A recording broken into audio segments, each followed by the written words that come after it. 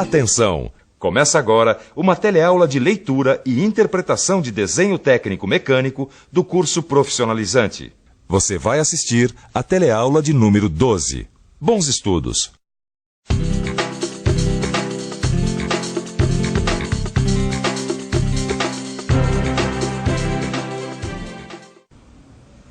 Não, eu acho que um corte só não é suficiente para fazer a representação dessa peça. É, Caio, eu acho que você tem razão. Essa peça é um pouco mais complicada do que as outras. Um pouco? Essa peça é muito mais complexa do que qualquer outra peça que a gente já estudou aqui. Olha só, tem um rasgo aqui em cima, outro rasgo aqui embaixo e ainda mais 2 elementos internos. É pouco ou quer mais? Calma, Caio.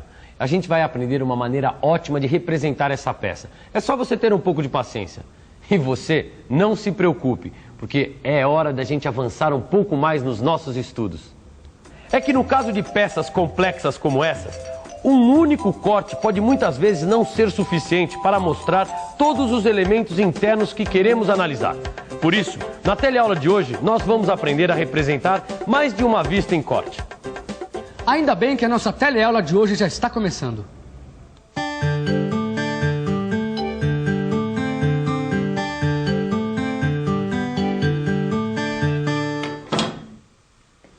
Salve! Bem na horinha. Tava aqui acabando de serrar essa peça para ajudar o Tito e o Caio. Sabe como é? Aqueles dois aproveitam qualquer tempo livre para estudar. E eles estavam observando esse modelo e repararam que apenas um corte não é suficiente para representar todos os seus elementos internos. Tá vendo? Esse corte só mostra os 2 rasgos passantes. Ele não deixa ver o furo quadrado nem o furo cilíndrico com rebaixo. Nesse caso, para representar esses elementos, é preciso mais um corte no sentido transversal da peça. Olha só.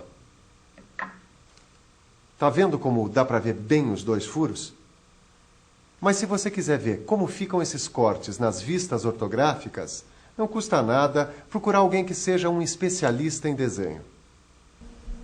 Angela, mostra como ficam os cortes nas vistas ortográficas. Ah, não, mostra você. Ah, mostra você já está com a peça na mão. Mostra o que foi que o Ananias fez. Tá bom.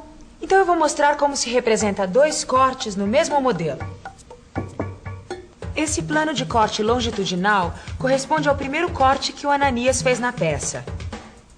Repare que a vista frontal em corte não representa nenhum dos 2 furos internos. Foi por isso que o Ananias precisou fazer um outro corte. Então deixa que eu mostre o plano de corte transversal. Repare que nesta representação da vista lateral esquerda em corte, é possível ver claramente o furo cilíndrico com rebaixo e o furo quadrado que não apareciam na vista frontal em corte. Agora, deixa que eu mostro como ficam as vistas ortográficas dessa peça, com os 2 cortes representados ao mesmo tempo. Os 2 cortes, AA e BB, são indicados na vista superior, mostrando os locais por onde se imaginou passarem os 2 planos de corte. O corte representado na vista frontal recebe o nome de corte AA. E o corte representado na lateral esquerda ganha o nome de corte BB. Não é bom? Bom nada, é ótimo. Usando apenas 2 cortes nas vistas ortográficas, a gente pode representar as peças mais complicadas. Eu tive uma ótima ideia. Que tal a gente aproveitar o embalo e mergulhar na representação dessa peça aqui? O que você acha? Acho perfeito. Assim não fica nenhuma dúvida. Bom, primeiro nós temos que imaginar que este modelo foi dividido por 2 planos de corte. Um longitudinal e outro transversal. Aqui estão os 2 cortes. Um de frente e o outro de lado. Com esses 2 cortes, todos os elementos do modelo ficam perfeitamente visíveis. Agora vamos ver como ficam as vistas ortográficas do modelo. A vista frontal e a vista lateral estão representadas em corte. Na vista frontal está representado o corte AA e na vista lateral o corte BB. Lembre-se que as áreas achuradas representam as partes maciças do modelo atingidas pelos planos de corte. E por fim, a vista superior traz a indicação dos 2 cortes. Bom, Angela, Agora que o pessoal já é capaz de entender representação ortográfica com cortes, que tal a gente fazer o caminho contrário? Como assim, Miguel? Bom, até agora, o Tito e o Caio, eles sempre partiam de um modelo qualquer para fazer a sua representação ortográfica, certo? Certo. Por que você agora não faz uma representação ortográfica indicando todos os cortes e tudo direitinho para ver se o pessoal entendeu mesmo a matéria? Ah, boa ideia. Como eu estava dizendo, eu quero que eles analisem estas vistas e respondam a algumas perguntas. Que perguntas? Primeiro, eu quero que digam quais são as vistas que estão representadas em corte. Depois eu quero que digam em que vista os cortes são indicados. Eu quero saber também o nome do corte originado pelo plano de corte transversal. E por último, devem dizer qual é o nome do corte originado pelo plano de corte longitudinal horizontal. A primeira coisa a se descobrir são as vistas representadas em corte. Neste caso, são a vista superior e a vista lateral esquerda. Sabemos que são essas vistas representadas em corte porque são as que têm as achuras. Agora, em que vista estão indicados os cortes? Eles estão indicados na vista frontal. O corte transversal vertical está indicado pelas letras B, B e representado na vista lateral esquerda. Já o corte longitudinal horizontal, indicado pelas letras AA, está representado na vista superior. E aí, Tito? Você já consegue imaginar como é que é o modelo que corresponde a essa projeção ortográfica? Olha, eu preciso refletir sobre isso. Vamos pensar um pouco? Vamos pensar um pouco. Acho que já sou capaz de imaginar o modelo que corresponde a essa projeção ortográfica. Primeiro, imagino como ficaria esta projeção sem os cortes. Depois, eu imagino estas vistas projetadas nos 3 planos do primeiro diedro. Em seguida, traço as linhas projetantes auxiliares. Agora, eu imagino a rotação dos planos para formar o diedro. Ótimo! Se imaginar as linhas projetantes a partir das vistas, o resultado será este modelo.